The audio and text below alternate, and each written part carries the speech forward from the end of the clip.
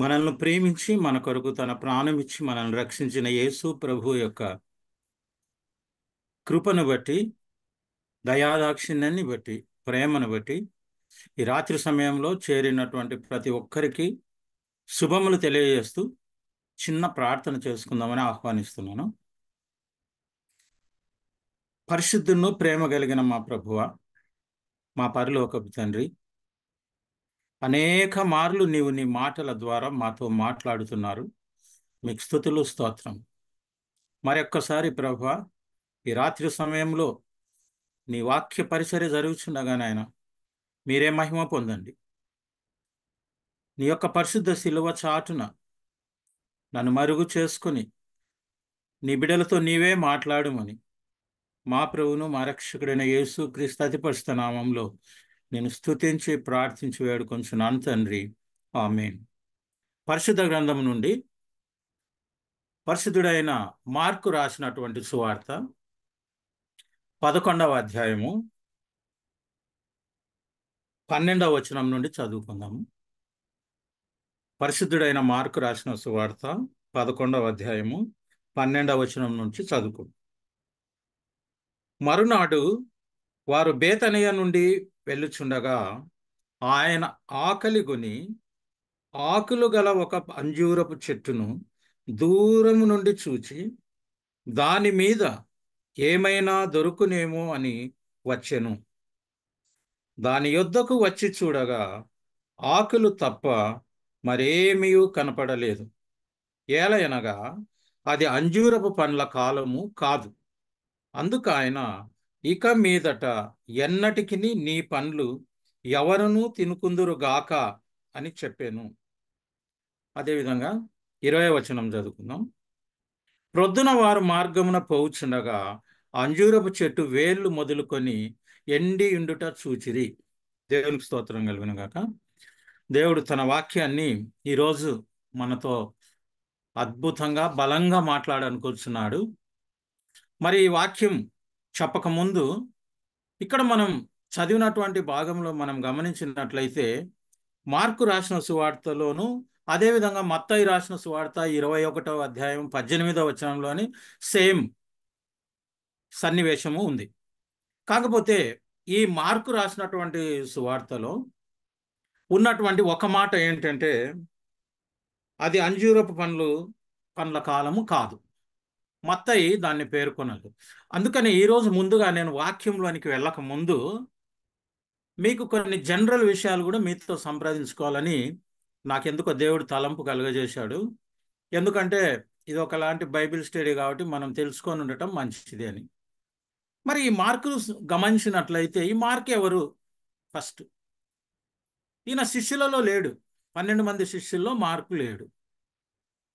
మరి ఈ మార్కు ఎలా రాయగలిగాడు యేసు ప్రభు యొక్క అనేకమైన జీవిత విషయాలను క్లుప్తంగా తన 16 అధ్యాయాలలో ఎలా రాశారు అని మనం చాలా విషయాలను సేకరించగలిగితే మనకు ఒక అద్భుతమైన విషయం తెలుస్తుంది. ఏంటంటే ఈ మార్కు అనేటువంటి యవ్వనస్తుడు యేసు ప్రభు యొక్క చివరి రాత్రి భోజనం జరిగినటువంటి ఇంటిలో, తన తల్లిదండ్రుల ఇంట్లో అది జరిగినప్పుడు ఈ అబ్బాయి అంతా కూడా గమనిస్తాడు. ఇది ఇజ్రాయెల్ వారి యొక్క రికార్డ్స్లో ఉంది. గమనించినప్పుడు తర్వాత యేసు ప్రభు శిలువ మరణాన్ని కూడా తెలుసుకొని చాలా దుఃఖపడి యేసు ప్రభును ప్రేమించి ఆయన శిష్యులుగా ఉండాలని నిర్ణయించుకున్నాడు. అందుకనే ఈయన పేతురు, పౌలు యొక్క శిష్యులు. ముఖ్యంగా పేతురు వెంట ఉన్నటువంటి శిష్యుడు ఈ మార్కు. ఆ రోజులలో పాపము ప్రబలటం వల్ల దేవుని యొక్క వాక్యాన్ని వీరు ఎలా అందచేయాలి అని ఈ పరిశుద్ధుడుగా ఉన్నటువంటి మార్కు మొట్టమొదట న్యూ టెస్టిమెంట్లో గాస్పెల్ రాసింది మార్క్. కాకపోతే అపోస్తలుడుగా శిష్యుడుగా ఉన్నటువంటి మత్తయి సువార్తను ముందుకు తీసుకొని వచ్చారు. నెక్స్ట్ ప్లేస్ మార్కుకి ఇవ్వడం జరిగింది. మార్కు రాసినటువంటి ప్రతి ఒక్క అధ్యాయాన్ని మనం చక్కగా గమనించినతే ఆయన దాన్ని శాండ్విచ్ మెసేజెస్ అంటారు. శాండ్విచ్ అంటే మనకు తెలుసు, మధ్యలో ముఖ్యమైనట్టు ఉంటుంది, ముందు పై భాగాన కింది భాగాన నాట్ సో ఇంపార్టెంట్. అలాంటి వాటి మధ్యలో వెరీ వెరీ ఇంపార్టెంట్ థింగ్ మధ్యకు తీసుకొని వస్తుంటాడు అనమాట. ఇది క్లుప్తంగా మార్కును గురించి. ఇంకా చాలా ఉంది, కాకపోతే మనకు మార్క్ ఎవరు, ఇది ఎందుకు రాయగలిగాడు అన్నప్పుడు మనకు ఒక ముఖ్యమైనటువంటి విషయం ఏంటంటే, మార్కు ఎలా రాయగలిగాడంటే, పేతురు పౌలు రాత్రి సమయాలలో ఈ మార్కుకు యేసు ప్రభు యొక్క కార్యాలన్నిటిని గురించి వివరించేవాళ్ళు. సో మార్కుకు ఉన్నటువంటి గొప్ప అవకాశం ఏంటంటే ఓరల్ రిసోర్సెస్. అంటే తను వినుట ద్వారా గ్రహించినటువంటి విషయాలను గాస్పెల్గా రాయగలిగాడు. ఆయన యొక్క ముఖ్య ఉద్దేశం ఎండ్ ఆఫ్ ది లాస్ట్ చాప్టర్లో కూడా సువార్తను గురించి చెప్పి ఎండ్ చేస్తాడు, సర్వలోకానికి ఎలా సువార్త వెళ్ళాలా అని. సో సువార్త రాతపూర్వకంగా అందచేయాలని నిర్ణయించుకున్నటువంటి మార్క్ ఈ పని చేశాడు. సరే, మరి తర్వాత మనం ఈ యొక్క వాక్యాన్ని అంతా మనం ధ్యానించినట్లయితే దీంట్లో ప్రాముఖ్యమైనటువంటి వ్యక్తులుగా మనం యేసు ప్రభువును చూస్తున్నాం, ఆయన శిష్యులను చూస్తున్నాం, వారితో పాటు అంజూరపు చెట్టును కూడా చూస్తున్నాం. ఏంటి, ఎందుకు అంజూరపు చెట్టునే ఉపయోగించుకొని యేసు ప్రభు ఈ సాదృశ్యాన్ని మనకు తెలియజేశాడు, ఒకవేళ ఒక ఉపమానంగా ఎందుకు తెలియజేసిన అనేటువంటి విషయాన్ని మనం అర్థం చేసుకోవాలి. ఇలా చేసుకోవాలంటే మనం చాలా లోతైన అనుభవంలోకి అంజూరపు చెట్టును గురించి చాలా జనరల్గా మనం వెళ్ళాల్సి ఉంటుంది. మరి క్లియర్గా చెప్పుకోవడానికి మనకు దీని విషయమే చాలా ఉంది కాబట్టి మనం క్లుప్తంగా ఈ సమావేశానికి మంచిది ఏదో అది మాత్రమే తెలియజేసుకుందాం. మరి మనం గమనించినప్పుడు పరిశుద్ధ గ్రంథంలో దేవుడు సృష్టించినటువంటి అన్ని మొక్కలలో 3 చెట్లు వారులారా, ప్రభునందు ప్రియమైనటువంటి వారులారా, ఈరోజు మనం తెలుసుకుంటున్నటువంటి అంశంలో అంజూరపు చెట్టును గురించి మనం మాట్లాడుకుంటున్నాం. దేవుడు ప్రేమించినటువంటి ఇష్టపడినటువంటి చెట్లలో అంజూరపు చెట్టు ఒకటిగా మనం గుర్తించాం. మరి ఈ అంజూరపు చెట్టును గురించి క్లుప్తంగా మీతో నేను దాని గురించి ఎందుకు యేసు ప్రభు ఇలా జరిగింది, ఎందుకు అకాలములో ఆయన పళ్ళ కొరకు ఎదురు చూశారని చాలా మంది అనుకుంటుంటారు. కాబట్టి దాని గురించి నేను మీతో ముఖ్యమైన విషయాలు చూస్తాం. ఇది ఇజ్రాయెల్ దేశంలో చాలా ముఖ్యమైనటువంటి చెట్టు. ఇది 7 నుంచి 10 అడుగుల ఎత్తు పెరుగుతుంది. అదే విస్తీర్ణంలో ఇది వ్యాపిస్తుంది. మన భారతదేశంలో ఉండేటువంటి అంజూరపు చెట్టు కంటే ఇది భిన్నంగా ఉంటుంది, చాలా శ్రేష్టమైనటువంటిది కూడా. మరి అంజూరపు చెట్టుకు ఉండేటువంటి లక్షణం ఏంటంటే, వసంత కాలంలో అది 1-2 సార్లు తన ఫలాలను అనుగ్రహిస్తూ ఉంటుంది. అంటే జూన్ నెల మొదలుకొని సెప్టెంబర్ వరకు ఆ ఇజ్రాయెల్ దేశంలో ఈ యొక్క అంజూరపు పండ్లను మనం పొందుకొనవచ్చు. మరి అంజూరపు పండ్లను మనం గమనించినప్పుడు శ్రేష్టమైనటువంటి ఔషధ గుణాలు కలిగినట్టుగా అంజూరపు పండు తెలియజేయబడింది. అదే విధంగా దానిలో ఉండేటువంటి వివిధ రకాలైనటువంటి భాగాలు, అంటే ఆకులు, వేర్లు, వాటి యొక్క బెరడు కూడా ఔషధంగా చాలా ఉపయోగపడుతున్నట్లుగా మనకు పేర్కొనబడింది అనమాట. మరి ఇజ్రాయెల్ దేశంలో ఎక్కువ ఆర్థిక ప్రాముఖ్యత కలిగినటువంటి చెట్టుగా కూడా దీన్ని గమనించడం జరిగింది. దీనివల్ల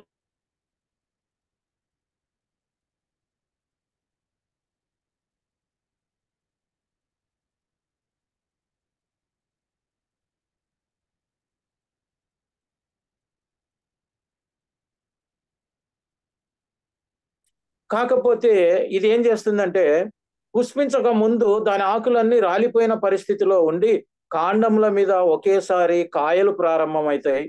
ఆ కాయల లోపల పువ్వులు ఉంటాయి. ఆ పువ్వు వికసించదు, కానీ లోపల ఉన్నటువంటి ఆ పువ్వుల నుండి విత్తనాలు తయారై అంజూరపు ఫలము అభివృద్ధి చెందుతూ ఉంటుంది. మరి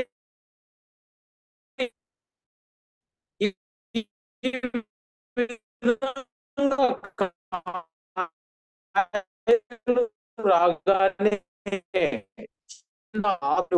ఎందుకు అనేది దీని తర్వాత మనం బైబిల్ గ్రంథంలో ఏం చెప్పబడిందో మనం గమనిస్తాం. ఈ విధంగా 2 పర్యాయములు తన కాపును ఇజ్రాయేలుకు అనుగ్రహించేటువంటి ఇది రెండవసారి కాసినటువంటి ఫలము బహుశ్రేష్టమైనట్టుగా తెలియజేయబడింది. మరి ఇశ్రాయేలు దేశపు నేలలో అంత శ్రేష్టమైనది ఎందుకు వస్తుంది అని కొంతమంది గమనించినప్పుడు, ఆ ఇశ్రాయేలు దేశము దేవుని చేత ఆశీర్వదింపబడినటువంటి నేల కలిగినటువంటి దేశం. అది యేసు ప్రభు వారు తన కాలి నడకన నడిచినటువంటి నేల. ఆయన యొక్క ప్రశస్తమైన, అమూల్యమైనటువంటి, విలువైనటువంటి, పరిశుద్ధమైనటువంటి రక్తము తడపబడినటువంటి నేల. మరి శ్రేష్టమైనటువంటి ఆశీర్వాదాలు కలిగిన మొక్కగా అది ప్రభువు అక్కడ తెలియజేస్తూ ఉన్నాడు. మరి బైబిల్లో రకరకాలుగా అంజూరపు చెట్టు పోల్చబడింది. ముఖ్యంగా మానవునితో కూడా పోల్చబడింది. అక్కడ ఉన్నటువంటి పరిచయులతోనూ, శాస్త్రులతోనూ, యాజకులతోనూ అనేక రకాలుగా ఇది పోల్చబడినట్లు మనం చూస్తూ ఉన్నాం. మరి ఎందుకు ఇది తర్వాతి కాలంలో మనకు కనిపించకుండా పోయిందంటే, ఈ ఇజ్రాయేల్ ప్రజలు యేసు ప్రభు ప్రేమించి తన సొంత స్వకీయుల యుద్ధకు వచ్చినప్పుడు ఆయనను వారు ఎంత మాత్రము అంగీకరించగా మెస్సియా కొరకు ఎదురు చూస్తున్నటువంటి రోజులలో యేసు ప్రభువును చివరిలో వారి శిలువ మరణానికి అప్పగించే క్షణంలో ఆయనను విడిపించవాలని అక్కడ పిలాతు అడిగినప్పుడు, లేదు, యేసు ప్రభువును శిలువ వేయాలని ఆయన నిర్దోషిగా ఆయన తెలపబడినప్పుడు, ఆయనను చంపినప్పుడు వచ్చినటువంటి శాపము మా మీదను, మా పిల్లల మీదను, తరముల మీద ఉండమని వారే కోరుకున్నారు. అందుకనే ఇశ్రాయేలు దేశము యేసు ప్రభువు శిలువ మరణం పొందిన తర్వాత 70 సంవత్సరముల తర్వాత పూర్తిగా తుడిపివేయబడింది. టైటస్ అనేటువంటి రాజు దానిని పూర్తిగా నిర్మూలం చేసి, ముఖ్యంగా ఆయన చేసినటువంటి పని అక్కడ ఉన్నటువంటి అంజూరపు చెట్లన్నిటినీ కొట్టేసినాడు. వారికి ఆదాయం లేకుండా చేసేశాడు. మరి అప్పుడు ఇశ్రాయేలీయులు అంటే ఆ యూదులంతా కూడా ప్రపంచం అంతటా పారిపోయి తలదాల్చుకున్నారు. అందుకనే వరల్డ్ మ్యాప్ లో కూడా ఆ రోజులలో ఇజ్రాయెల్ కంట్రీని మనం చూడలేము. కానీ తర్వాత 19th సెంచరీ 20th సెంచరీలో వచ్చినప్పుడు తిరిగి వాక్యానుసారంగా ఇశ్రాయేలీయులు పోగుబడి చేయన సమయంలో మళ్ళీ ఇశ్రాయేలు దేశానికి వారు రావటము, అక్కడ అభివృద్ధి చెందడం జరిగింది. అప్పుడు అభివృద్ధి జరిగినప్పుడు కూడా వారు మొట్టమొదట చేసినటువంటి పని ఏంటంటే, వారు అనేకమైనటువంటి అంజూరపు చెట్లను నాటారు. ఎందుకో అది తర్వాత మనం తెలుసుకుందాం. మరి అంజూరపు చెట్టు ఉపయోగాలలో అది తెలుసుకుందాం. కాబట్టి ఈ విధంగా ఎంతో ప్రాముఖ్యత సంతరించుకున్నటువంటి అంజూరపు ఇంకా చాలా విషయాలు ఉన్నాయి. సమయం మనకు ఎక్కువగా లేదు కాబట్టి మీకు సాధ్యమైనంత త్వరగా చెప్పాలని అనుకుంటున్నాను. ఒకవేళ ఏదైనా మిగిలితే నెక్స్ట్ సాటర్డే మనం కంటిన్యూ చేసుకుందాం. మరి మొట్టమొదట మనం బైబిల్లో ఏమని చెప్పబడుతుందంటే, మొట్టమొదట మానవుడి కంటే ముందుగా సృష్టించబడింది ఈ యొక్క అంజూరపు చెట్టు. మానవుని సృష్టించక ముందే భూమి మీద ఫలములిచ్చు వృక్షములను దేవుడు కలగజేసినప్పుడు అంజూరపు చెట్టు ఉంది. మొట్టమొదటి వ్యవసాయదారకుడు, పోషకుడు దేవుడుగానే అక్కడ చూస్తున్నాం. యెహోవా దేవుడే దాన్ని పోషిస్తూ తర్వాతి కాలంలో ఆదాముకు ఆ బాధ్యత అప్పజెప్పడము జరిగింది. కాబట్టి మొట్టమొదట అంజూరపు చెట్టు పోషణ అంతా కూడా దాని యొక్క ప్రతి విషయంలో యెహోవా దేవుడు చాలా శ్రద్ధ కలిగి ఉంటున్నట్టుగా మనం చూస్తాం. మరి మొట్టమొదట అంజూరపు చెట్టును చూస్తే మన పరిశుద్ధ గ్రంథంలో ఆదికాండం 3వ అధ్యాయం 7వ వచనంలో చూసినప్పుడు, ఆదాము అవ్వ దేవుని ఆజ్ఞను అతిక్రమించినప్పుడు వారు దిగంబరులుగా వారు ఎప్పుడైతే తెలుసుకున్నారో ఆ రోజు వారు అంజూరపు ఆకులను వారి యొక్క దేహమును కప్పుకొనడానికి చొక్కాయలుగా వారు తయారు చేసుకోవడం జరిగింది. అంటే అంత వెడల్పుగా 3 నుంచి 4 ఇంచులు మొదలుకొని 5-6 ఇంచుల వెడల్పు కలిగినటువంటి 3 లోబ్స్ గా ఉన్నటువంటి ఆకులను, దళసరిగా ఉండే ఆకులను వారు ఉపయోగించుకున్నారు. అఫ్ కోర్స్ దాని తర్వాత దేవుడు ప్రేమ స్వరూపి వారికి అవి వాడిపోయేటువంటి వస్త్రములు కాబట్టి చర్మపు చొక్కాయలను వారికి దేవుడు అనుగ్రహించినట్లుగా మనం చూస్తాం. అదే విధంగా ఇది స్వస్థపరచడానికి ఎంతో ఉపయోగకరమైనటువంటి చెట్టుగా బైబిల్ గ్రంథంలో చెప్పబడింది.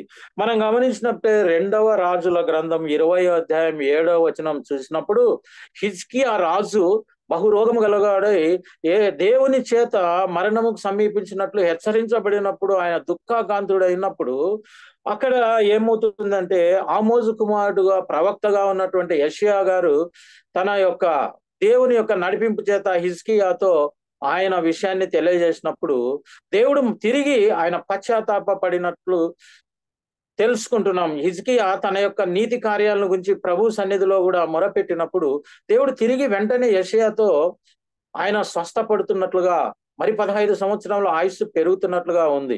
మరి ఆ పుండు ఎలా మానింది అని మనం గమనించినప్పుడు అక్కడ 7వ వచనంలో మనం చూస్తే ఆయన అంజూరపు ఆకులను తెప్పించి వాటిని ముద్దగా చేసి ఆ రసాన్ని ఆ గాయం మీద, పుండు మీద వేసినప్పుడు అది స్వస్థపరిచినట్టు పరిశుద్ధ గ్రంథంలో ఉంది. కాబట్టి అంజూరపు చెట్టు ఒక మానవుణ్ణి స్వస్థపరచడంలో కూడా ఎంతో ఔషధ గుణాలు కలిగిందిగా మీకు చెప్తున్నాను. అదే విధంగా రాకడును గుర్తించేటువంటిదిగా మనము చూస్తున్నాం. యేసు ప్రభు మత్తయి రాసిన సువార్త 21వ అధ్యాయం 29, 31లో చూసినప్పుడు అది రాకడకు పోల్చబడింది. అదే విధంగా మత్తయి రాసినటువంటి సువార్త 24, 32లో కూడా అంజూరపు కొమ్మ లేతదై చిగురించినప్పుడు వసంత కాలము వస్తున్నట్టుగా మీరు గుర్తించినట్లుగా దేవుడు ద్వారం దగ్గర నిలుచుకుంటున్నాడు రాకడ సమయం కొరకు అని అక్కడ చెప్పబడినట్లుగా మనం చూస్తూ ఉన్నాం. అదే విధంగా అంజూరపు చెట్టు కింద బైబిల్లో మనకు చెప్పినారు, నిర్భయంగా నివసించేవారు అంజూరపు చెట్టు కింద చేరినటువంటి వ్యక్తిని ఏం అనేటువంటి వారు కాదు. రెండవది, ఎందుకు ఆ చెట్టు కింద చేరుతున్నట్టు మనకు పరిశుద్ధ గ్రంథంలో ఉంది అంటే దాని ఆకుల నుంచి వచ్చేటువంటి గాలి చాలా ప్రత్యేకమైంది. ఇజ్రాయెల్ కంట్రీలో కొంత మనం చదవగలిగినప్పుడు గర్భిణీ స్త్రీలను తీసుకొని వచ్చి ఆ చెట్టుల కింద ఒక 2 గంటల సేపు పడుకోబెట్టేవారు అనమాట. అలా పడుకోబెట్టినప్పుడు దాని నుంచి వచ్చే గాలి వల్ల వారికి మంచి ఆరోగ్యము, శిశువుకు మంచి ఆరోగ్యం వస్తుందని వారి యొక్క నమ్మకం. అందుకే ప్రభు అంజూరపు చెట్టు కింద నిన్ను చూశాను అని నతానియేలుతో చెప్పబడినప్పుడు కూడా ఆయన గర్భస్థ శిశువుగా ఉన్నప్పుడే ప్రభు నతానియేలును చూసినట్లుగా ఒక ప్రదేశంలో చెప్పబడినట్లు మనం చూస్తూ ఉన్నాం. అదే విధంగా ఎలా నిర్భయంగా నివసిస్తున్నారు అంటే మీకా రాసినటువంటి గ్రంథంలో 4వ అధ్యాయం 4వ వచనం చూస్తే వారు అంజూరపు చెట్ల కింద నిర్భయముగా కూర్చుందురు అని పరిశుద్ధ గ్రంథంలో రాయబడి ఉంది. అదే యోవేలు గ్రంథమును మనం చూసినప్పుడు అది సమృద్ధిగా ఫలించునని దేవుడు సెలవిచ్చినాడు. అంటే అది ప్రాస్పరిటీకి గుర్తుగా, పీస్ఫుల్నెస్ కు గుర్తుగా కూడా అంజూరపు చెట్టును పరిశుద్ధ గ్రంథంలో చెప్పబడింది. అదే విధంగా జకర్యా గ్రంథం చూసినప్పుడు 3వ అధ్యాయం 10వ వచనంలో కూడా ఆరోగ్యానికి సంబంధించి అక్కడ ఇశ్రాయేలు జనులు ఆ చెట్టు కింద కూర్చున్నట్లుగా ఉంటున్నారు. వారు ఎంతో నెమ్మది కలిగిన వారుగా అక్కడ కూర్చున్నట్లుగా వాక్యంలో చెప్పు. అదే విధంగా చాలా మాధుర్యమైనటువంటి ఫలమునిచ్చేటువంటి చెట్టుగా అంజూరపు చెట్టును మనం చూసినట్లయితే న్యాయాధిపతుల గ్రంథం 9వ అధ్యాయం 10వ వచనంలో మనం చూసినట్లయితే అంజూరపు చెట్టును ఇతర చెట్లన్నీ వెళ్ళి ఒక రాజును చేసుకోవాలనుకున్నప్పుడు అంజూరపు చెట్టును రిక్వెస్ట్ చేస్తాయి, మీరు మా మీద రాజుగా ఉండండి అని. అప్పుడు అంజూరపు చెట్టు ఒక మంచి మాట చెప్తుంది, నాకు ఇచ్చినటువంటి పర్పస్ ను నేను నెరవేర్చకుండా, నేను మాధుర్యమైన ఫలముని ఇవ్వకుండా నేను మీ మీద రాజుగా ఉండటం నాకు ఇష్టం లేదు అని అక్కడ చెప్పినట్లు. అంటే చాలా మాధుర్యమైనటువంటి శ్రేష్టమైనటువంటి ఫలములు ఇచ్చేదిగా ప్రభువు దానికి తెలియజేసినట్లుగా అక్కడ మన వాక్యంలో మనం చూస్తాం. అదే విధంగా రాకడకు ముందుగా కూడా మనం గమనించినట్లయితే మత్తయి రాసినటువంటి సువార్త, మార్కు రాసిన సువార్త 13వ అధ్యాయంలో 28వ వచనంలో మీరు అంజూరపు చెట్టును చూచి ఉపమానము నేర్చుకుని అని యేసయ్య చెప్తూ ఉన్నాడు. ఎందుకంటే దానిని చూసి అనేక విషయాలు క్రైస్తవులుగా మనం ఒక వసంతకాలంనే కాదు, ప్రభు తెలియజేసే అనేక విషయాలను అంజూరపు చెట్టు తెలియజేస్తున్నట్టుగా మనం చూస్తూ ఉన్నాం. అది ఫర్టిలిటీకి కూడా కారణమైనటువంటి పండుగ ఔషధ గుణాలలో ఇజ్రాయెల్ కంట్రీస్ లో రాయబడినట్టుగా మనం చూస్తున్నాం. అదే విధంగా 1వ సమూయేలు 30వ అధ్యాయం 11వ వచనం చూస్తే దావీదు మహారాజు తన యొక్క ఆస్తినంతటిని, తన ప్రజలను వారు తీసుకొని శత్రువులు వెళ్ళినప్పుడు వారిని తరుముకుంటూ మళ్ళీ దేవుని ఆజ్ఞ వెళుతూ దారిలో ఒక ఐగుప్తీయుని చూడడం జరుగుతుంది.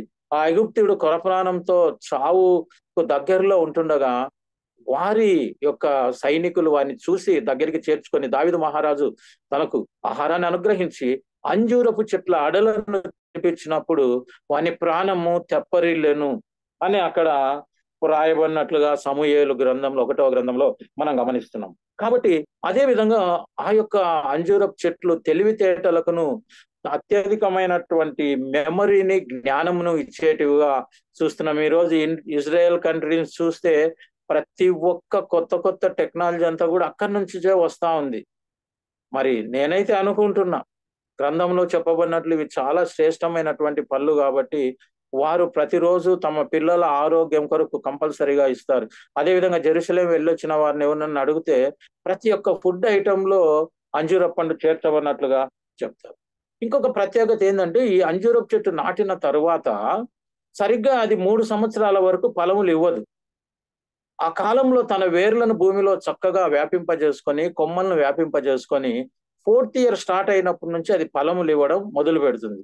అదే మనం చూస్తాము, 3 సంవత్సరముల నుండి నేను తిరిగి వస్తూ ఉంటే కూడా దీని ఫలములు కల్పించలేదని యేసు ప్రభు చెప్పిన కథను మళ్ళీ లూకా సువార్త 13వ అధ్యాయం మళ్ళీ చదువుదాం మనం. దాంట్లో గమనించినప్పుడు అంటే అది ఆయన వచ్చినప్పుడు 3 సంవత్సరములు అయిపోయింది. తిరిగి 3 సంవత్సరాలు వస్తూనే ఉన్నాడు ఆయన. అంటే 6 సంవత్సరాలు అక్కడ యజమానుడు ఫలముల కొరకు చూసినట్టు కూడా మనం తెలుసుకోవచ్చు. మరి ఇలా అనేక విషయాలు ఉన్నప్పటికీ ఇక అంజూరపు చెట్టు ఉపమానాన్ని యేసు ప్రభు ఎందుకు ఈ రోజు తెలియజేస్తున్నాడని మన మెసేజ్లోకి వెళ్ళాలని నేను ఆశపడుతూ ఉన్నాను. మనం గమనించినట్లయితే పరిశుద్ధుడైన మార్కు రాసిన సువార్త మనం చదువుకున్నట్లుగా అది ఒకసారి మరలా అని స్టార్ట్ అయింది. యేసు ప్రభు మరలా ఆ మార్గంలో వస్తున్నాడు. యేసు ప్రభు యెరూషలేము నుంచి బేతనియాకు వెళ్ళాడు. ఎందుకు వెళ్ళాడు అని నేను చాలా చెప్పాలనుకున్నాను, కానీ ఇప్పుడు చాలా సమయం తక్కువగా ఉంది. మరి యేసు ప్రభు ఏ రోజు కూడా తన జీవితంలో యెరూషలేములో రాత్రి పూట ఆయన పడుకొని నిద్రపోలేదు, బస చేయలేదు. ఎన్నిసార్లు యెరూషలేముకు వెళ్ళినా తిరిగి బేతనియాకు వెళ్ళేవాడు. బహుశా బేతనియాలో తను ప్రేమించినటువంటి లాజరు వారి ఇంట్లో ఉండేవారు, ఎక్కడుండేవారు మనకైతే చెప్పబడలేదు, కానీ బేతనియాకు వెళ్ళేవాడు. ఆ విధంగా మొట్టమొదట ఇప్పుడు శాండ్విచ్ లాగా రాస్తాడు మార్క్ అని చెప్పినప్పుడు దాన్ని ఆ అధ్యాయం మొట్టమొదట చూసినప్పుడు దేవాలయంలో ఉన్నటువంటి అనేకమైన అపవిత్ర కార్యాలను యేసు ప్రభు తరిమివేసి నా తండ్రి ఇల్లును వ్యాపారపు ఇల్లుగా చేయవద్దని చెప్పి వారందరినీ ఆయన పంపించిన తర్వాత తిరిగి సాయంకాలం బేతనియాకు వెళ్ళాడు. తిరిగి బేతనియా నుంచి మళ్ళీ యెరూషలేముకు వస్తున్నాడు. ఈ రోజులు ఎప్పుడు అంటే యేసు ప్రభు ఇంకా శిలవర్ణానికి ఒక్క వారంలో వెళ్తారు. లాస్ట్ వీక్ లో చెప్పబడినటువంటి లాస్ట్ మెసేజ్. మిగతా మెసేజ్లలో ఏముందంటే యేసు ప్రభు డైరెక్ట్ గా మాట్లాడినాడు, ఇంకా శిష్యులకు అర్థం కానట్టుగా మాట్లాడలేదు. అందుకనే మనం మత్తయి రాసిన సువార్త మనం 23వ అధ్యాయం నుంచి కానీ యోహాను రాసిన సువార్తలో మనం చివరి అధ్యాయాలలో చూస్తే శిష్యులతో డైరెక్ట్ గా మాట్లాడతాడు, ఉపమాన రీతిలో ఇంకా మాట్లాడాడు. ఈ యొక్క అంజూరు చెట్టును చివరిగా అంటే చివరి రోజు జరిగినటువంటి సందర్భం ఇది. సరే, ఆయన యెరూషలేములోనికి వస్తున్నప్పుడు అక్కడ ఏం చేశారంటే మనం క్లుప్తంగా చదువుకున్నప్పుడు ఆయన మరలా వస్తున్నప్పుడు ఆయన ఆకలి గొనగా అని యేసు ప్రభు ఆకలి కొన్నాడు. పరిశుద్ధ గ్రంథంలో చూసినప్పుడు ఆయన 40 రోజు ఉపవాసం చేసిన తర్వాత మత్తయి రాసినటువంటి సువార్త 4వ అధ్యాయం 2వ వచనంలో ఆయన ఆకలి కొనగా అని ఉంది. ప్రభు అక్కడ ఆకలి కొన్నట్లుగా తెలియజేయబడింది.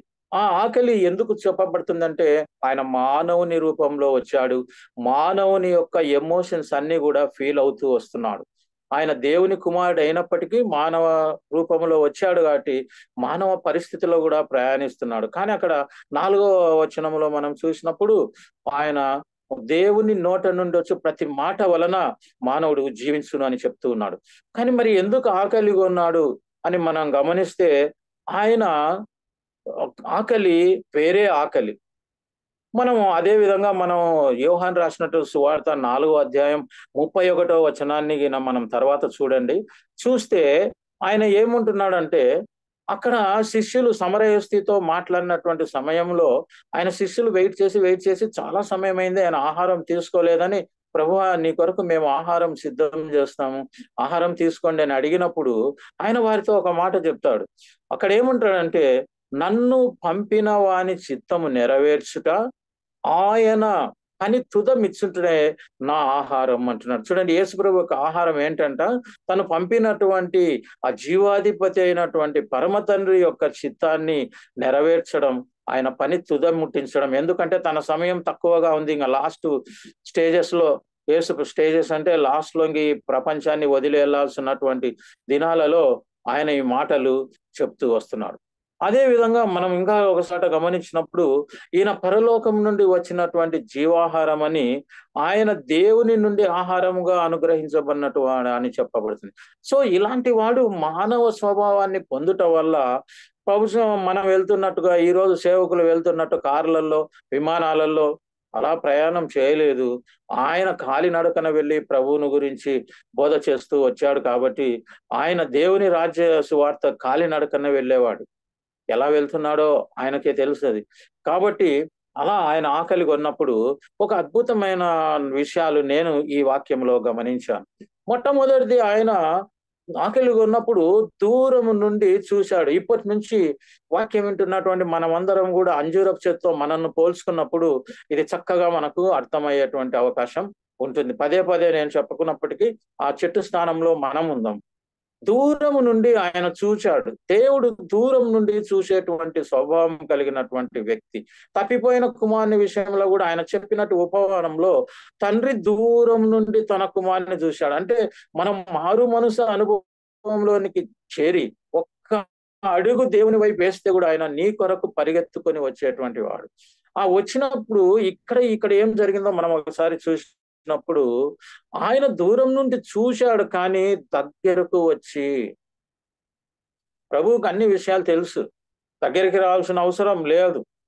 హృదయాలను పరిశీలించే దేవుడు ఒక చెట్టును గురించి తెలుసుకోలేనటువంటి వాడు కాదు. ఆయన చేత సృష్టింపబడి ఆయన చేత పోషింపబడే చెట్టును గురించి ఆయనకు తెలుసు. కాబట్టి ఆయన దగ్గరికి వచ్చి చూచినప్పుడు ఏం చూస్తున్నాడంటే పరిశీలనగా చూస్తున్నాడు. ప్రభు మన హృదయాలను ఎలా దగ్గరగా వచ్చి పరిశీలిస్తాడో ఆ విధంగా ఈ చెట్టును ఒక ఉదాహరణగా ఆయన చూస్తున్నాడు. ఆ ఇశ్రాయేలీయులను అందరినీ కూడా అంజూరపు చెట్టుతో దీంట్లో పోలుస్తున్నాడు. ఎందుకంటే వారు పైకి చూడడానికి అంజూరపు చెట్టు వలె ఆకులు కలిగి ఉన్నారు, కానీ వారిని చాలా దేవునికి దూరమైన ప్రజలుగా తెలియజేస్తున్నాడు. 23వ అధ్యాయం మత్తయి రాసిన సువార్త చదివితే వాళ్ళను వేషధారులారా అంటున్నారు, సర్పములారా అంటున్నాడు, శాస్త్రులారా అంటున్నాడు, బోధించు వారలారా అంటున్నాడు. రకరకాలుగా 23వ అధ్యాయంలో పిలిచిన కొటేషన్స్ అన్ని చదవడానికి మనకు సమయం లేకుండా ఉంటుంది. కాబట్టి యేసు ప్రభు ఇజ్రాయేలీయులను అదే విధంగా మనల్ని కూడా ఆ విధంగా దగ్గరికి వచ్చి పరిశీలించేటువంటి వాడు. మరి దగ్గరికి వచ్చినప్పుడు ఏం చేస్తున్నాడంటే దగ్గరికి వచ్చి ఆయన చూడగా ఏం చూస్తున్నాడు? ఆయన చెట్టులో ఫలముల కొరకు చూస్తున్నాడు. ఈ సీయింగ్ ఇన్సైడ్ ద లీవ్స్, ఫలముల కొరకు చూస్తున్నాడు. ప్రభు నీ దగ్గరికి నా దగ్గరికి వచ్చినప్పుడు మన వెలుపలి వేషమును కాదు గాని హృదయమును ఆయన చూసేటువంటి వాడు. ఆయన దగ్గరికి వచ్చి హీ సర్చింగ్ ఫర్ సంథింగ్, అదే ఫలములు. ఆ చెట్టులో ఫలము లేదు. దేవుడు సృష్టిలో మొట్టమొదటి నుంచి మనం గమనించినట్లయితే మానవుడిని దీవించినప్పుడు కూడా మీరు ఫలించి అభివృద్ధి చెంది విస్తరించి ఫలములు ఇవ్వాలని ఆయన ఆశ. మరి అంతగా చెప్పినప్పుడు ఆదాము, మనం ఎప్పుడు వాక్యంలో అదే చెప్తుంటాం కానీ ఒక ముఖ్యమైనది మర్చిపోతాం. ఆదామును దీవించాడు, ఆశీర్వదించాడు, కానీ అదంతా పోయింది. ఎప్పుడైతే దేవుడు తను సృష్టించినటువంటి మానవులంతా తనకు దూరం అయిపోయి పాపంలో మునిగిపోయారో జలప్రయాన్ని కలుగజేసి ఆ జల ప్రళయములో ఆ చెట్లు, ఆ మొత్తం మానవులు అందరు నశించిపోయినారు. ఇంకా వాళ్ళని ఫలించి అభివృద్ధి విస్తరించిన వాళ్ళు లేరు అక్కడ. కానీ వాళ్ళలో ఒకరు మిగిలారు, నోవహు. ఆ నోవహు ఓడలో కాపాడబడిన తర్వాత అప్పుడు కూడా ఫలములే కోరుకుంటున్నాడు. అందుకే నోవహు 3 కుమారులను, సేము, హాము, ఏవెజ వాళ్ళతో ముగ్గురిని ఆయన మళ్ళీ ఆదికాండం 9వ అధ్యాయం 1వ వచనంలో మీరు ఫలించి అభివృద్ధి చెంది విస్తరించడని తిరిగి 2వ తరాన్ని ప్రారంభం చేస్తూ వచ్చాడు. అంటే నేను ఎందుకు చెప్తున్నానంటే దేవుడు చెట్టులో ఎలాగైతే ఫలాన్ని చూశాడో నిన్ను కూడా సృష్టించినటువంటి దేవుడు నీలో నాలో ఫలములు వెతుకుతాడు. వెలుపలి రూపంను కాదు, కానీ ఇన్సైడ్ యేసును కలిగి ఉన్నామా, ఆయన కోరినటువంటి ఫలములు కలిగి ఉన్నామా ఆయన గమనించేవాడు. ఆ ఫలములు ఏంటో ఇంకా ముందుకు కూడా వెళ్ళి మనం చూస్తాం.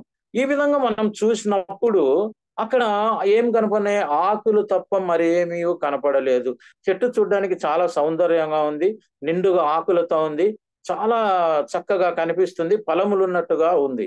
ఇక్కడ మనం ఆత్మీయంగా గమనిస్తే దీంట్లో మనం గమనించేది ఏంటంటే దానిలో ఒకటి కొదవ ఉన్నది. ఆ కొదువ ఏంటంటే ఫలములు లేదు. రెండవది అది నటిస్తూ ఉన్నది, ఫలములున్నట్టుగా నటనను దానిలో గమనిస్తున్నాం. మూడవది వేషధారను కూడా చూస్తున్నాం.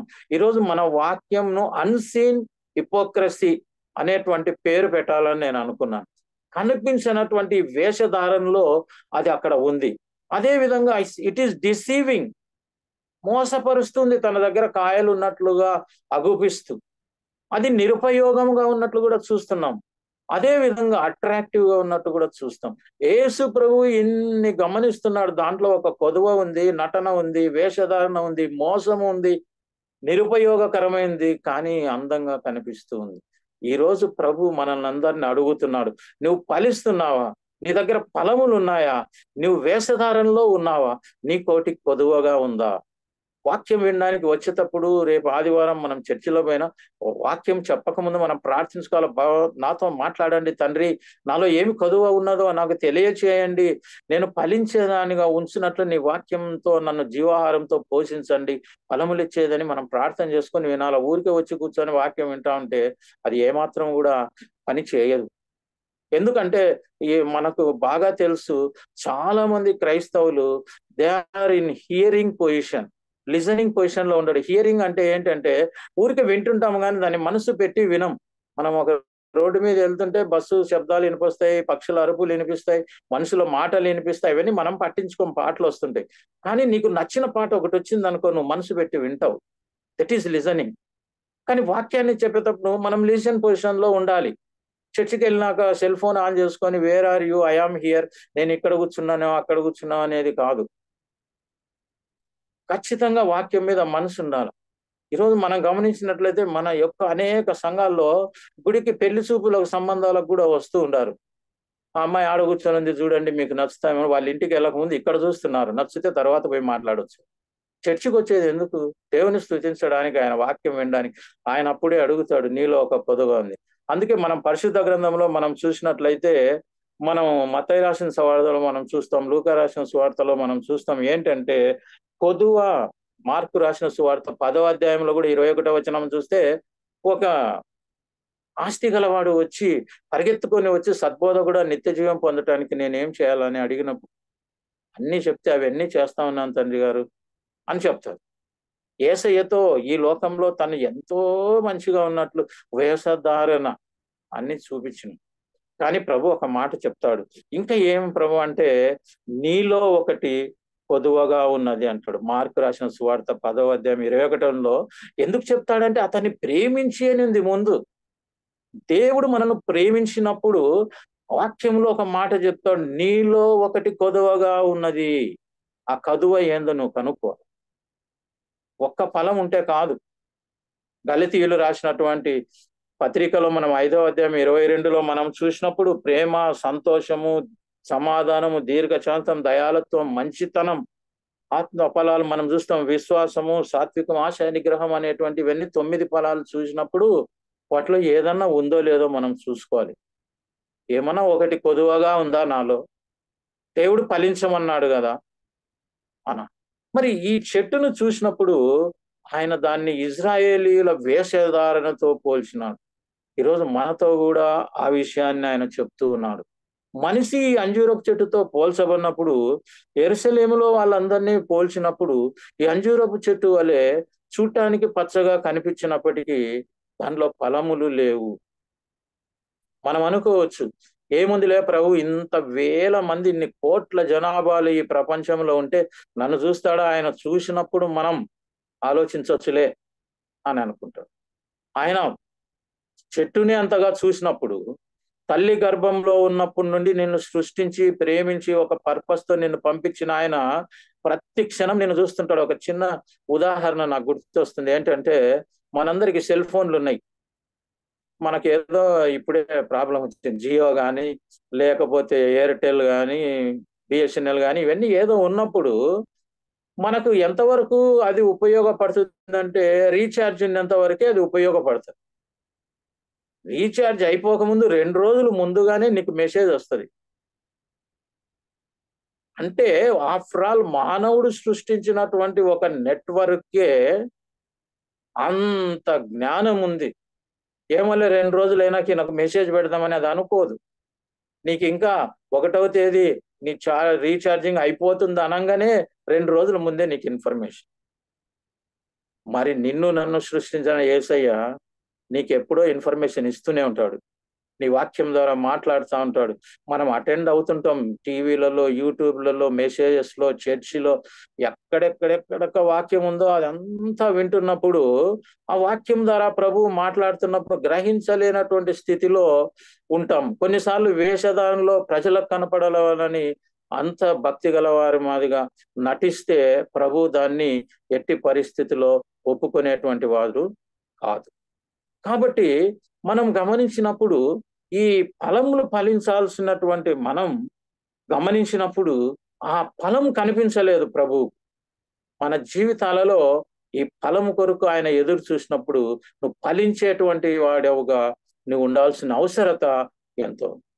ఇంకా దాని కిందికి వెళితే మార్కు రాసిన సువార్తలో ఆయన ఒక్కటే మాట చెప్పాడు. ఏంటంటే ఏలయనగా అది అంజూరపు పండ్లు కాయు కాలము కాదు. ఇక్కడ వాక్యం ఎన్నోసార్లు చదివింటాము కానీ మనం ఆలోచించడం, ఎందుకబ్బా యేసు ప్రభువుకి అన్ని తెలుసు కదా, కాలము కాని కాలములో అంజూరపు చెట్టు దగ్గర పల్లకి అసలు ఎందుకు వెళ్ళాడు, దాన్ని ఎందుకు శపించాడు, ఎందుకు ఎండిపోయింది అని అడిగినప్పుడు చాలా మంది ఆత్మీయంగా ఆలోచించినప్పుడు ఇది తెలుస్తుంది.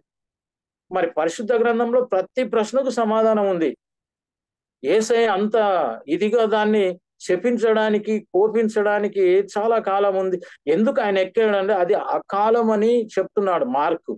కానీ ప్రభువు ఏమంటున్నాడంటే తన వాక్యాల్లో రండి చూస్తాం.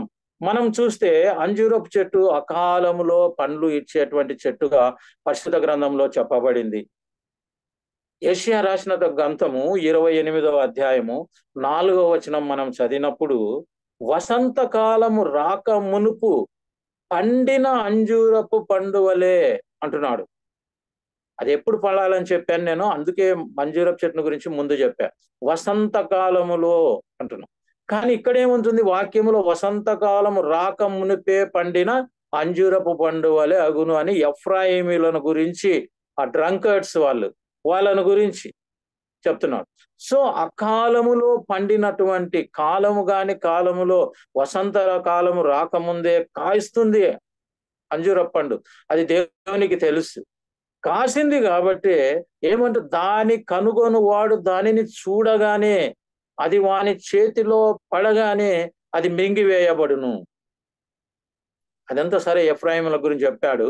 కాబట్టి ప్రభువు ఎప్పుడు కూడా సత్యమే మాట్లాడేటువంటి వ్యక్తి. ఏం చెప్తున్నాడంటే అంజూరపు పళ్ళు వసంతకాలం కాకముందు కూడా ఆ కాలంలో కాస్తుంది అని చెప్పినాడు. అందుకే మనం యేసు ప్రభువును తప్పు పట్టడానికి లేదు. ఆయన చాలా శ్రేష్టమైనటువంటి సత్యవంతుడు. అదే విధంగా మత్తయి రాసినటువంటి సువార్త 24వ అధ్యాయం 22లో చదివితే, వసంతకాలము సమీపంలో ఉన్నది, ఎప్పుడు అది చిగురించునో అంటే ఫలములు ఎప్పుడైతే స్టార్ట్ అవుతుందో అక్కడ దాని ఆకులు విరివిగా వస్తాయని తెలియజేయబడింది. కానీ వసంతకాలానికి అంటే ముందే జరుగుతుంది. అది మలాకి గ్రంథం మనం చూసినట్లయితే 3:11లో ద్రాక్ష పండ్లు కూడా ఆ కాలంలో కాస్తాయని ఉంది. దేవుడిచ్చినటువంటి ఫలములు ఆ కాలములో కాస్తాయి, సకాలములో వాటి యొక్క సీజన్ లో కూడా కాస్తాయి. మరి మనం కూడా ఆ చెట్లతో పోల్చబడినప్పుడు అననుకూలమైన కాలములో కూడా నీవు ఫలించే చెట్టు వలె ఉండాలి. ప్రభు నీ దగ్గరికి వచ్చి చూస్తాడు. ఈ రాత్రి సమయం నీతో మాట్లాడుతున్నాడు ఆయన. నేను ఏ సమయం నీ దగ్గరికి వస్తానో నీకు తెలియదు, నువ్వు ఊహించని సమయంలో నేను వస్తాను. అయ్యో ఇక్కడ అంతా కూడా ప్రపంచమంతా ఇలాగా ఉందే, వాక్యానికి చోటు లేదు, ఇప్పుడు కాదు, లేకుంటే నేను పలాని సమస్యలలో ఉన్నాను, ఇంకా నేను ఉద్యోగంలో ఉన్నాను, ఇంకా చిన్న వయసులో ఉన్నాను, తర్వాత చూద్దాంలే, ఓల్డ్ ఏజ్ అయిన తర్వాత అనుకూలమైన కాలంలో ఫలిద్దాంలే అని అనుకుంటున్నావేమో. నీకు అవకాశం లేనటువంటి టైంలో కూడా నీకు ఎంత హింసలలో, ఎంత శ్రమలలో, నువ్వు ఎన్ని వ్యాధులలో, బాధలలో ఉన్నప్పటికీ నీవు ఆయన కొరకు మాత్రం ఫలములు ఫలించాలి. నీలో ఆ 9 ఫలాలు తప్పకుండా ఉండి తీరాలి. శరీర ఫలాలు కూడా ఉన్నాయి, అవి కూడా ఉండాల్సిందే. శరీర ఫలాలను గురించి నేను ఇంకెంతో చెప్పాలనుకోనున్నాను. ఈ శరీర ఫలాలలో మనం గమనించినప్పుడు మనం లూకా రాసిన సువార్త 13వ అధ్యాయం ఇక్కడంతా మనం చదివినప్పుడు ద్రాక్షావనంలో నాటబడినటువంటి అంజూరపు చెట్టును 3 సంవత్సరం నుంచి ప్రతిసారి యజమాని వచ్చి చూస్తున్న ఫలములు లేవు. అయితే తోటమాలి ఇక్కడ యేసు ప్రభుగా మనం తీసుకున్నప్పుడు తండ్రితో ఏం చెప్తున్నా అంటే ఈ ఒక్క సంవత్సరం చూద్దాం ఫలిస్తాడేమో. ఆ యొక్క కాంటెక్స్ట్ లోనే ఏం జరుగుతుంది, ఇంకా దాని చుట్టూ పాది చేసి దానికి ఇంకా ఎరువు వేసి దానికి చక్కగా పోషిస్తానంటున్నాడు.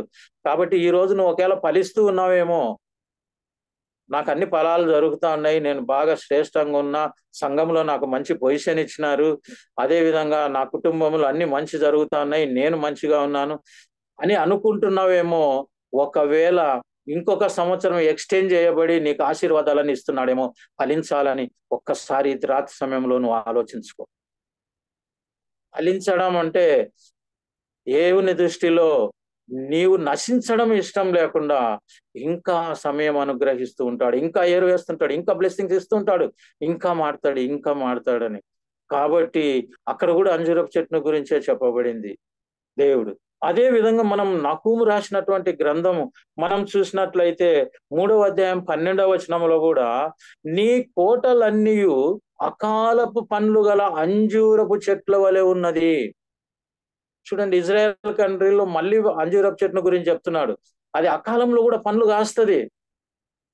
కాబట్టి ఏమంటుంది, నీ కోటలన్నీ అంజూరపు పండ్లు, అకాలంలో కాసి అంజూరపు పండ్లు లాగున్నాయి. ఏమంట, వాటిని కదిలింపగానే పండ్లు తినవచ్చిన వారి నోట అవి పడును.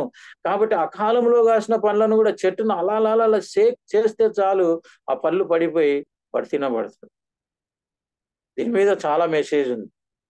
ఈ రాలిపోయే పళ్ళను గురించి ప్రభు వాక్యాల్లో చాలా ఉంది. ఈ పళ్ళను తినివేయబట్టాన్ని గురించి చాలా ఉంది. సరే, మళ్ళీ తెలుసుకుందాం దాని గురించి. మరి ఇంకా చూస్తాం, అకాల పనులలో కాస్తదా లేదా, ప్రభు ఎందుకు దాని దగ్గరికి సీజన్ వెళ్ళాడు అని అనుకునేందుకు మీకు ఈ విషయాన్ని తెలియజేస్తున్నాను. మరి ప్రకటన గ్రంథంలో కూడా మనం కొత్త నిబంధనలో 6వ అధ్యాయం 12వ వచనంలో చూస్తే, పెద్ద గాలి చేత ఊగులాడు అంజూరపు చెట్టు నుండి అకాలపు పండ్లు, అకాలపు కాయలు రాలునట్లు ఆకాశ నక్షత్రములు రాలును. చూడండి, ప్రకటన గ్రంథంలో ప్రభు తెలియజేస్తున్నాడు, అకాలములో కాసినటువంటి పళ్ళు రాలినట్లు ఆకాశ నక్షత్రాలు పెద్ద గాలి చేత పడినట్లు పడతాయి. అంటే ఇవన్నీ ఎందుకు చెప్తున్నానంటే, అంజూరపు చెట్టు దగ్గరికి మార్కు రాశాడు అది అంజూరపు పండ్ల కాలం కాదని. ఇంకా మనం ఆత్మీయంగా చదవకుంటే ఎందుకు వెళ్ళాడు ప్రభు, ఎందుకు శపించాడు, ఆకలి ఉంటే ఆయనకు ఏదో ఆహారం ఉంది కదా, ఇలా విమర్శించే వాళ్ళు చాలా మంది ఉన్నారు. కానీ వాక్యాన్ని బైబిల్ అంతా చదివితే ప్రతి ప్రశ్నకు జవాబు ఉంది. కాబట్టి ఇంకా కొటేషన్లు దాదాపు 10-12 కొటేషన్లు ఉన్నాయి, ఆ కాలంలో అంజూరపు చెట్టు ఫలిస్తుంది అని. అవన్నీ మనం ఇంకా వెతుకుతూ ఉంటే మనకు కనిపిస్తాయి. కాబట్టి ఈ అంజూరపు చెట్టుకు ఒక లక్షణం ఉన్నట్లు, మనం ఆ కాలంలో ఫలం ఇస్తుంది, తన కాలంలో కూడా ఫలం ఇస్తుంది. తన కాలంలో ఇచ్చేటువంటి పండ్లు శ్రేష్టమైన ఫలములు. అందుకని ఇశ్రాయేలీలు 2వ పంటగా జూన్ టు సెప్టెంబర్లో 2వసారి వచ్చేటువంటి ఫలాలు వాళ్ళ ఎకనామిక్ డెవలప్మెంట్ కు చాలా ఉపయోగపడతాయి.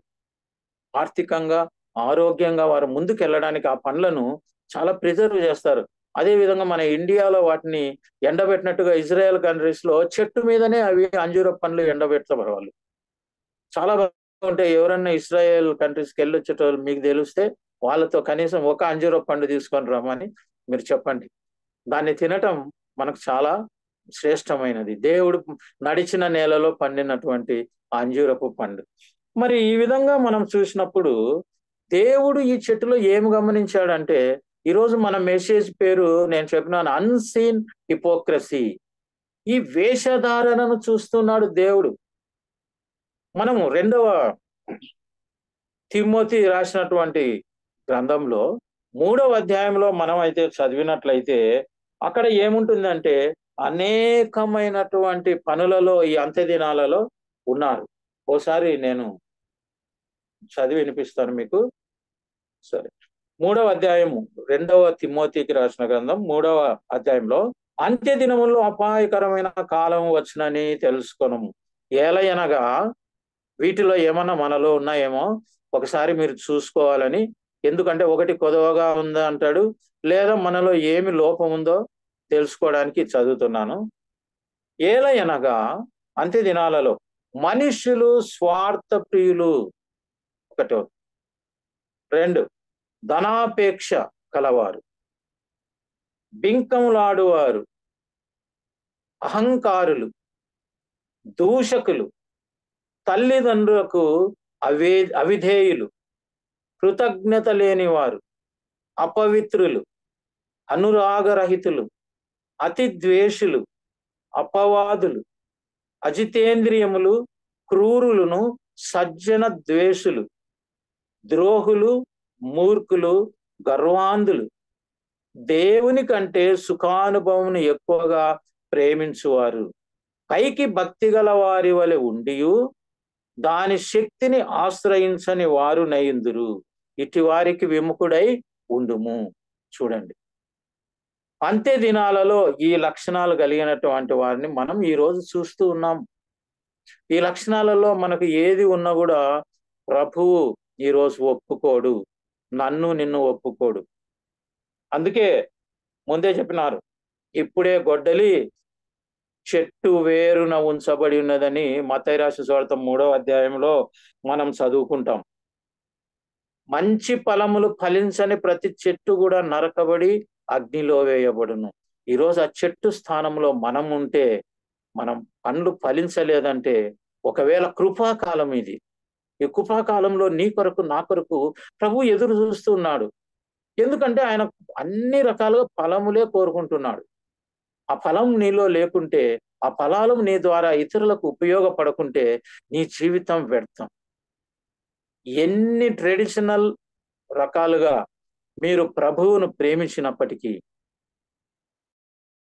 చర్చికి వెళ్ళొచ్చు, కానుకలు ఇవ్వచ్చు, వస్తువులు ఇవ్వచ్చు, దేవాలయాలు కట్టియొచ్చు, ఏమేమో చేయొచ్చు, కానీ ఆయనకిష్టమైన ఫలం నీ దగ్గర లేకపోతే నువ్వు నరకబడి అగ్నిలో పారవేయబడడానికి ఆయన ఏమాత్రం కూడా క్షమించేటువంటి వ్యక్తి ఇంకా కాదు. ఎందుకంటే ఈ అంత్య దినాలలో ఆయన ఎంతో ఓపికతో ఎదురు చూస్తున్నాడు. ఇన్ని రోజులు సమయం ఇచ్చాడు, ఇంకా మారుతాడని, ఇంకా నిన్ను నువ్వు మోసపుచ్చుకుంటున్నావేమో, ఒక్కసారి నువ్వు పరీక్షించుకొని నీవు నేను ప్రభు కొరకు ఫలం ఇచ్చేవారుగా ఉంటున్నామో లేదో మనం చూసుకోవాలి.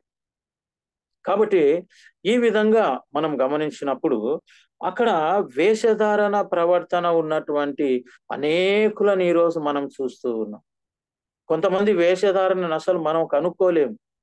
కాబట్టి మనం గమనించినప్పుడు మనకు అకాల ఫలాలలో ఎట్లయితే అంజూరపు చెట్టు ఫలించిందో, బైబిల్లో చూస్తే అబ్రహాము కూడా ఇస్సాకును కన్నప్పుడు ఆయనది అకాలమే. చాలా ఓల్డేజ్ లో ఆయన ఫలము ప్రభువుకు అనుగ్రహించాడు. మంచి సంతానాన్ని ప్రభువు కొరకు ఆయన అప్పుడు ఇస్సాకును కనడం జరిగిందనమాట. కాబట్టి అన్ని అనుకూలంగా ఉన్నప్పుడు మనకు టైం లేదు, అది లేదు, ఇది లేదు అని ఆయనకు ఫలించని చెట్టు వలె మనం ఉండకూడదు. కాబట్టి దేవుని కళలో ఆనందాన్ని చూడటానికి, ఆయన యొక్క సంతోషం మనం పాల్గొనడానికి, లాస్ట్ వంతు నేను చెప్పాను ఏమని, పరలోకంలో ఒక మారు మనసు పొందినటువంటి పాపి విషయం ఎంతో సంతోషం కలుగుతుంది. అలాంటి సంతోషం నేను ఆయనకి ఇచ్చామా? నిజంగా ఆయనకు సంతోషాన్ని మనం ఇచ్చామా? ఈరోజు మనల్ని మనం క్వశ్చన్ వేసుకోవాలి. కాబట్టి దేవుడు ఆ విధంగా మన ఎడల విస్తరించండి, ఫలించండి అని చెప్పి మనల్ని ఈ లోకంలో ఉంచినప్పుడు, వేషధానంతో ప్రజలను మాత్రం మోసపుచ్చుకుంటా ఇహలోకపు వారికి కనపడవాలనని పైకి వేషధారుల వలె మన వాక్యంలో కనిపిస్తూ లోపల ప్రభువు లేని జీవితంతో ఉంటే చాలా కష్టమైనటువంటి పరిస్థితిని రెండో రాకడ మనం ఎదుర్కోవాలి. లేదా మనం దేవుని పిలుపు అందుకొని వెళ్ళినప్పుడు ఆ తీర్పుకి మనం ఈ రోజే అటెండ్ అయిపోతే, ఈ రాత్రే జరిగితే మనం ఏం జవాబు చెప్తామో ఒకసారి మనం. ఎందుకంటే ఆదాముకు దేవుడు సమస్తాన్ని అనుగ్రహించాడు. ఈరోజు నీకు నాకు సమస్తాన్ని అనుగ్రహించాడు. ఆయన కోరేది ఒకటే, నువ్వు ఫలించు అంటున్నాడు, అంతే. ఎందుకు ఫలించాలంటే ఆయన రాజ్యాన్ని, నీతిని వెదకే వారిలో మనం ఒకరిగా ఉంటాం. కాబట్టి ప్రభువు నీ దగ్గరికి ఎప్పుడైనా రావచ్చు, ఎప్పుడైనా నిన్ను ఆయన పరిశీలించవచ్చు. కాబట్టి దేవునికి మనం భయకుండా ఉండటం మంచిదా?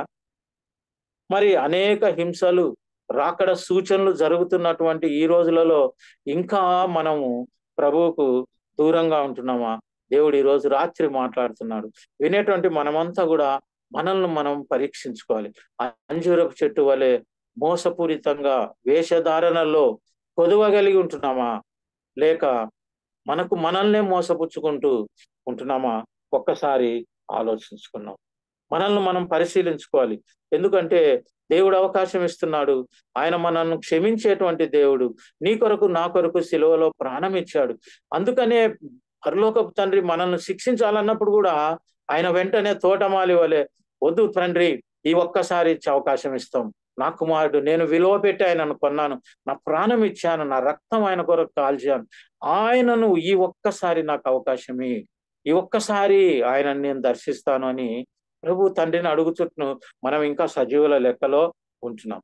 మరి ఎన్ని సంవత్సరాలు ఇలా ఆకులు కలిగినటువంటి చెట్టు వలనే మనం జీవించాలనుకుంటున్నాం? ఈ రాత్రి సమయంలో మనం ఉండాలి. మనం ఎందుకు ఫలించాలి అంటే, నేను ఇంతకు ముందు వాక్యంలో చెప్పినాను. యోహాను రాసినటువంటి సువార్త 15వ అధ్యాయంలో 8వ వచనంలో మనం చూసినప్పుడు, అక్కడ మీరు బహుగా ఫలించుట వల్ల నా తండ్రి మహిమపరచబడును. ఆయనను మహిమపరచాల, పరలోక తండ్రిని మనం మహిమపరచాలి. కాబట్టి మనం ఈ విధంగా చేయాలి. కాబట్టి నువ్వు విశ్వాసిగా జీవిస్తున్నావా ఈ రాత్రి సమయంలో? లేదా ఒక అంజూరపు చెట్టు వలె నీవు ఉంటున్నావా? నువ్వు చూడాలి. ఈ రాత్రి ఆ వేషధారణ గురించి ఇంకా చాలా పాయింట్లు చెప్పాలనుకున్నాను. జోసే సిస్టర్ గారు ఎలాగో ఒక 15 నిమిషాలు ఎక్కువగా ఇచ్చారు. కానీ నెక్స్ట్ సాటర్డే మరి దీన్ని కొనసాగిస్తాం. దేవుడు తన వాక్యాన్ని దీవించాలని, మీలో ఫలింప చేయాలని ఆశిస్తూ ఈ వాక్యాన్ని ముగిస్తున్నాను. చిన్న ప్రార్థన చేసుకుందాం. కృపగల మా ప్రియ పరలోకపు తండ్రి, సర్వోన్నతుడా, నీకు ఇష్టమైన బిడ్డలుగా మేము ఉండటానికి నీవు ఇచ్చిన వాక్యాన్ని బట్టి, మీరు మాట్లాడిన విధానాన్ని బట్టి నీకు స్తుతులు, స్తోత్రం.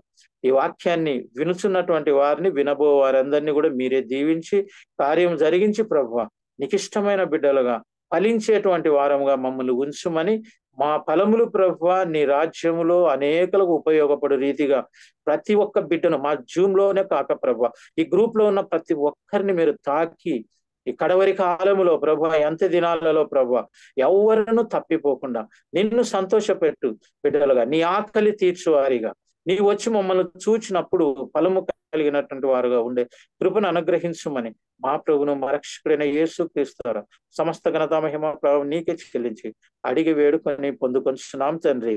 ఆమేన్. ఆమేన్.